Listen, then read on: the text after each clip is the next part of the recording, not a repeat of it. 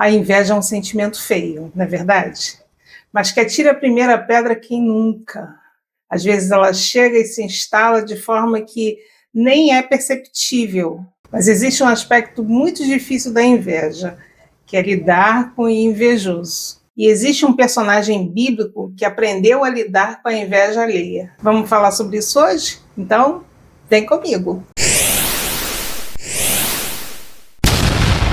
Olá, eu sou a pastora Kátia Alencar. E se crescimento espiritual usando a Bíblia como resposta te interessa, você já pode se inscrever no canal, bem como curtir, compartilhar e comentar, se assim desejar. E o admirável personagem que vamos falar hoje é Davi, um homem segundo o coração de Deus, que teve muitos defeitos, mas que teve muitas qualidades também. Dentre elas, a qualidade de lidar com a inveja de alguém próximo a ele. A maioria de nós sabe a história de Davi, aquele rapaz que cuidava das ovelhas do pai dele no anonimato. Mas como para Deus ninguém é anônimo, um belo dia ele foi apontado para ser o rei de Israel. É quando Deus fala com Samuel e vai até a casa de Jessé, o pai de Davi, e o unge para ser o próximo rei de Israel. E a vida de Davi segue o seu rumo. Continua ele cuidando das ovelhas, até que um dia Saul, que era o rei de Israel, começa a ser atormentado por espíritos. E alguém teve a bela ideia de chamar Davi para tocar para Saul, para que ele ficasse livre desses espíritos que o atormentavam. Então Davi, de alguma forma, já passa a ser conhecido. Inicialmente, já começa a chamar a atenção na sua vida por causa da presença de Deus. Quando alguém tem a presença de Deus na sua vida, ele nunca passa desapercebido, nem que seja para incomodar o mundo espiritual que o cerca. E Davi continua dando seguimento na sua vida de pastor de ovelhas, até que um belo dia o seu pai o chama para atender a seus irmãos e ir ao encontro deles para levar os suprimentos que eles necessitavam. E chegando lá, Davi se depara com alguém afrontando o Senhor e o exército do Senhor. E o que Davi faz? Ele se posiciona. Aparece aí a oportunidade dele derrotar um gigante, não em seu próprio nome, mas em nome do Senhor. E mais uma vez ele chama atenção para aquilo que ele tinha e para aquilo que ele conseguia fazer em nome do Senhor. Depois disso ele passa a cooperar com o exército de Saul, passa a servir no exército e a comandar as tropas. E aí nesse comando ele começa a se destacar e começa a ganhar popularidade e admiração do povo. E o problema começa quando Saul escuta que Davi era melhor do que ele. E é justamente esse o problema do invejoso. Você pode conquistar, desde que você não seja melhor do que ele. E a partir daí, Saul começa uma campanha para acabar com a vida de Davi. E o que faz Davi? Procurou Saul encravar Davi na parede, porém ele se desviou do seu golpe, indo a lança ferir a parede. Então fugiu Davi e escapou.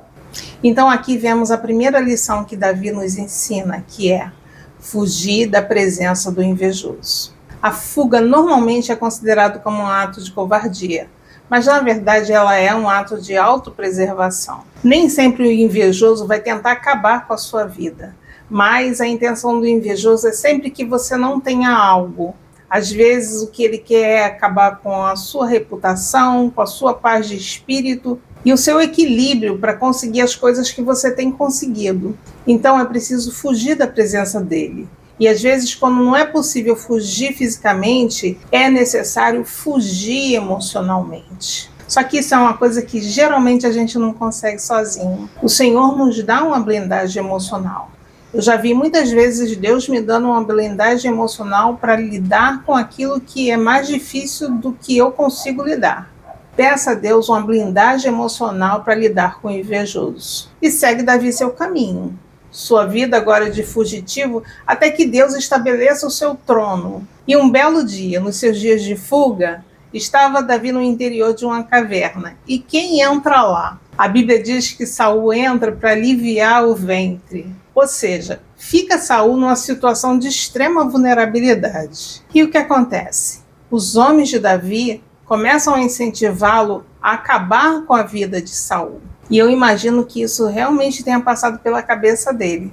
Mas o que ele faz? Ele só corta um pedaço da orla do manto de Saul e impede que os homens dele façam mal para ele. E disse aos seus homens: o Senhor me guarde de que eu faça tal coisa ao meu Senhor, isto é, que eu estenda a mão contra ele, pois é ungido do Senhor. Ou seja, qual é a segunda atitude de Davi para lidar com o invejoso? Resistir à ideia de retribuir o mal. E isso é uma coisa muito difícil, porque é próprio da nossa natureza humana querer pagar na mesma moeda. É querer ver alguém sofrer o mesmo mal que esse alguém nos provoca. Muitas vezes a gente se depara com essa oportunidade de fazer a mesma coisa, de retribuir do mesmo jeito. Mas essa é uma coisa que Davi nos ensina para lidar com o invejoso. E Davi não só não lhe fez mal, como impediu que os outros fizessem mal a ele. Então Davi poupa a vida de Saul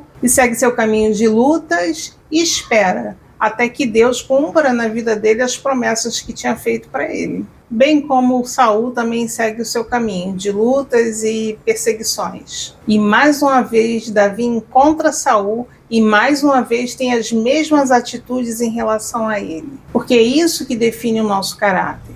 As atitudes que tomamos quando as dificuldades se repetem em nossas vidas. Então acontece mais uma vez de Saul, na sua perseguição contra Davi, chegar perto dele. Vieram, pois, Davi e Abissai de noite ao povo, e eis que Saul estava deitado, dormindo no acampamento, e a sua lança fincada na terra à sua cabeceira. Abner e o povo estavam deitados ao redor dele. Então disse Abissai a Davi: Deus te entregou hoje nas mãos o teu inimigo. Deixa-me, pois, agora encravá-lo com a lança ao chão, de um só golpe. Não será preciso segundo. Davi, porém, respondeu a Abissai: não o mate, pois quem haverá que estenda a mão contra o ungido do Senhor e fique inocente? E mais uma vez, Davi impede alguém de fazer o mal a Saul.